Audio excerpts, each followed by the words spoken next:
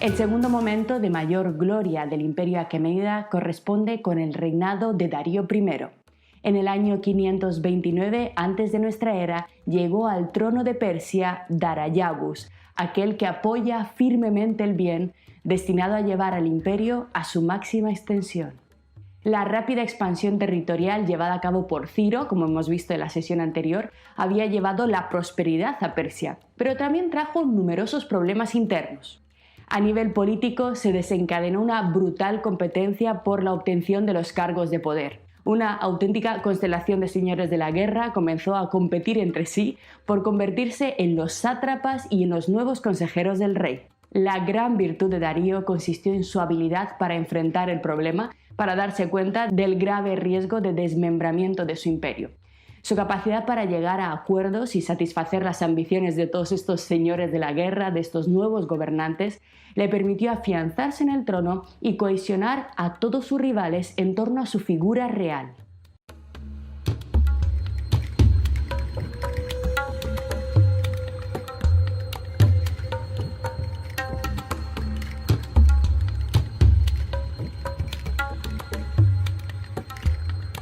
Tras un periodo de 7 años de convulsión, de estancamiento de la expansión, estabilizado de nuevo el imperio, Darío puso de nuevo en marcha la maquinaria persa de expansión militar con la esperanza de llegar a superar la imagen legendaria de Ciro.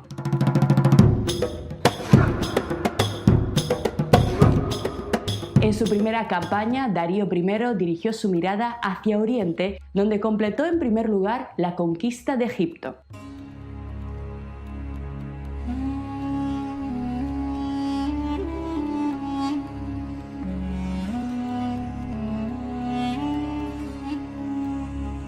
Esta antigua civilización ya había sido dominada, ya había sido sometida por su antecesor, por Cambises II, pero de forma deficiente, de forma incompleta, porque los egipcios se rebelaban constantemente, eran completamente insumisos y además se negaban a pagar los impuestos. Darío decidió entonces terminar con la insumisión egipcia y tras una explosiva campaña militar transformó Egipto en una de sus más sumisas satrapías. De hecho, de las manos de los persas, Egipto pasaría, como bien sabéis, directamente a las manos del griego Alejandro Magno, después a las de Ptolomeo, el general de Alejandro Magno, y la dinastía que estableció, la dinastía griega, la dinastía de sus descendientes, la dinastía de los faraones ptolemaicos que se establecieron en Egipto, cuya más famosa reina, por supuesto la conocéis todos, fue Cleopatra. Y finalmente, después de las manos de los Ptolomeos, Egipto pasaría a manos de Roma.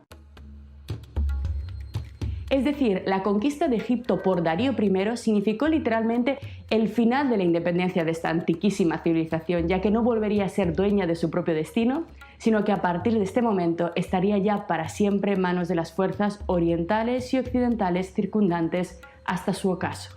Exactamente igual que lo hiciera Ciro con los dioses de Babilonia, como hemos visto ya, Darío también decidió respetar el culto egipcio, atreviéndose sin embargo a dar un paso más allá. Darío no se limitó a demostrar respeto y a ofrecer protección a los antiguos dioses del Nilo, sino que se nombró a sí mismo faraón.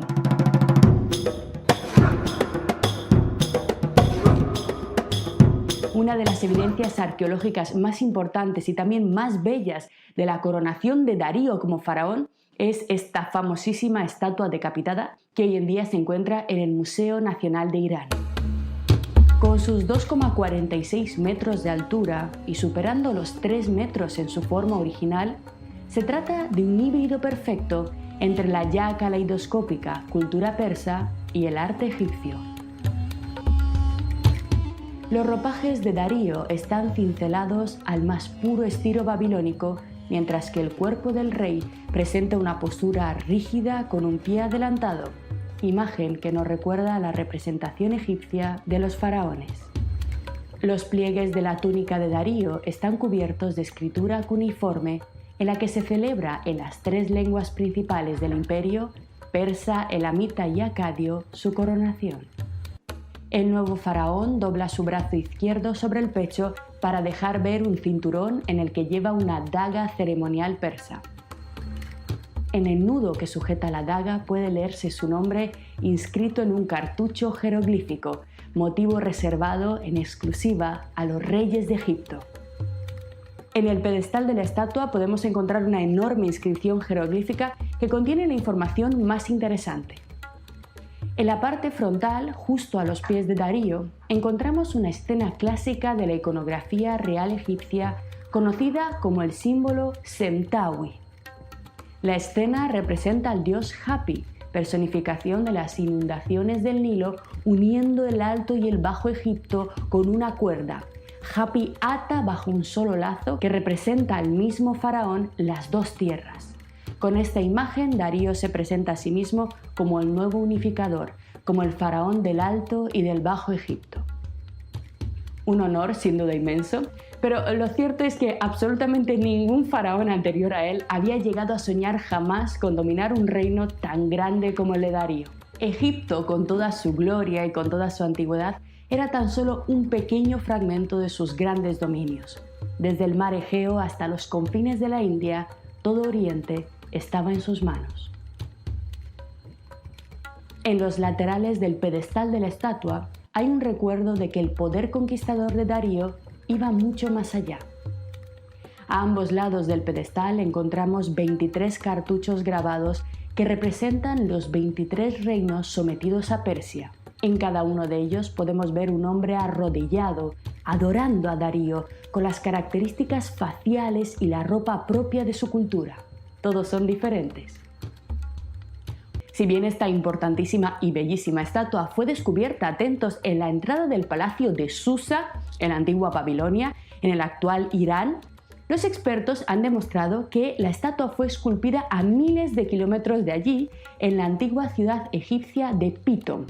Esta certeza, la seguridad de que fue esculpida mucho más lejos, se basa en el rarísimo y excepcional material en el que está hecha. Un granito único que solo puede encontrarse en las canteras de Wadi Hammamat, en el Alto Egipto.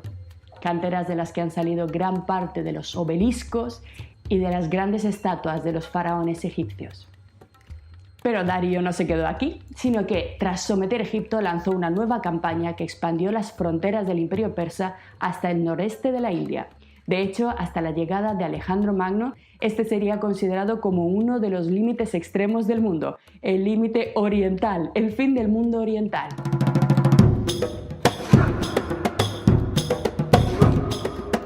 Como hemos visto en nuestras clases anteriores, el mundo persa fue un mosaico de creencias, diverso y en muchas ocasiones contradictorio, que sin embargo no sabemos muy bien cómo conseguía funcionar al unísono bajo el mando de un solo ser humano. A semejanza de las otras grandes civilizaciones del momento, para facilitar el control de su territorio, Darío desarrolló un modelo de culto de la monarquía conocido como la religión real persa. Para justificar su derecho al trono, cuestionado por el hecho de que Darío no tenía lazos de sangre con los gobernantes persas anteriores, nuestro faraón persa vinculó su sangre a una estirpe de gobernantes bendecidos atentos por el dios Ahura Mazda. La evidencia arqueológica más destacada que nos proporciona información sobre la religión real persa es la célebre inscripción de Behistún. Una inscripción monumental que el propio Darío ordenó tallar sobre la roca de un altísimo acantilado a más de 100 metros de altura. La escena, que tiene en total 25 metros de ancho por 15 metros de alto, se sitúa estratégicamente en un punto clave de la ruta de las caravanas que nutrían el comercio persa, a medio camino entre Babilonia y Ecbatana. En el centro del acantilado encontramos un enorme bajorrelieve en el que aparece Darío pisando el cuerpo de un enemigo que pide ayuda con las manos en alto y que simbólicamente representa, una vez más, los territorios conquistados por los persas. Delante de Darío, con las manos atadas a la espalda y encadenados por el cuello, hay 9 hombres más, ataviados, si os fijáis, con estilos de ropa diferentes y que simbolizan, según los especialistas, cada una de las tierras controladas por los aqueménidas. Lo más interesante de este conjunto es, no obstante, el texto cuneiforme con el que Darío se presenta a sí mismo. Así nos dice la celebérrima inscripción de Behistún. A 100 metros de altura se puede leer: Yo soy Darío, el gran rey, rey de reyes, el rey de Persia, el rey de las provincias, el aqueménida.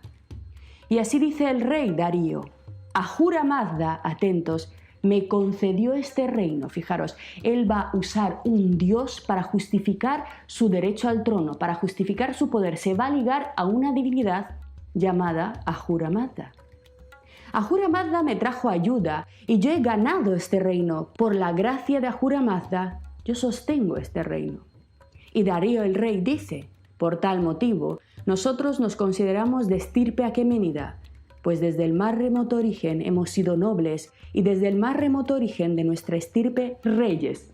Su intento de vincularse a los reyes anteriores a través de la voluntad del Dios, ¿verdad? Se está blanqueando su gobierno de alguna forma. Y Darío el rey dice: reyes de mi estirpe detentaron antes la realeza, yo en 9º lugar ejercí la realeza, por los lazos de unión nosotros hemos sido reyes. Y Darío el rey dice: gracias a Ahura Mazda yo ejercí la realeza. Ahura Mazda, insiste, me concedió la realeza. Estos son los países que se declararon míos y cuya realeza ejercí gracias a Ahura Mazda: persas, elamitas, babilonios, asirios, árabes, egipcios, los del mar, los sardos y los jonios, los medos y los armenios, capadocios, partos y arios. En total, completamente, 23 países. Y Darío el rey dice: estos países que se declararon míos, otorgados gracias a Ahura Mazda, me servían, traían mi tributo. Lo que yo les dije, de noche y de día lo hicieron. Y Darío el rey dice: estos son los países en los que al hombre fiel, a ese lo protegí. A quien era malvado, a ese lo castigué y lo perseguí duramente. Gracias a Ahura Mazda, mi ley era observada en estos países, según lo que yo les decía, esto hacían. Y Darío el rey dice: Ahura Mazda me concedió esta realeza, pues Ahura Mazda me prestó ayuda mientras yo dominaba esta realeza. Y gracias a Ahura Mazda yo conseguí la realeza. La insistencia una y otra vez en que su reinado se debe a este misterioso dios Ahura Mazda. Así que lo que nos toca ahora es preguntarnos quién era Ahura Mazda, quién era la divinidad a la que Darío le concede todo su poder, qué era en tiempos de los persas el célebre zoroastrismo mazdeísta. Vamos a verlo en la siguiente clase.